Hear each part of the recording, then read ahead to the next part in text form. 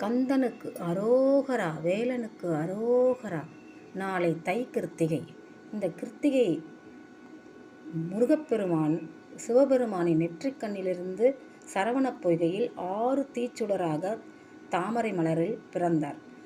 அந்த குழந்தைகளை கார்த்திகை பெண்கள் எடுத்து பராமரித்தனர்.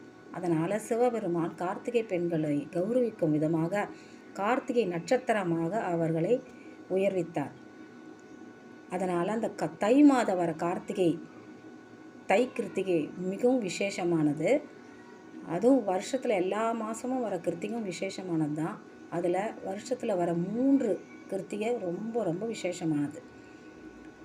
ஃபஸ்ட்டு சித்திரையிலேருந்து பங்குனி வர இருக்கிற எல்லா கிருத்திகையுமே விசேஷமானது.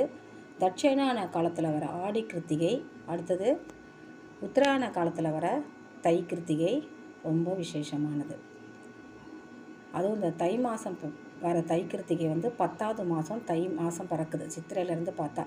அதனால் அந்த குழந்தை பாக்கியம் இல்லாதவங்களாம் இந்த தை கிருத்திகையில் விரதம் இருந்து முருகனை வழிபட்டால் குழந்தை பேர் நிச்சயமாக கிடைக்கும்.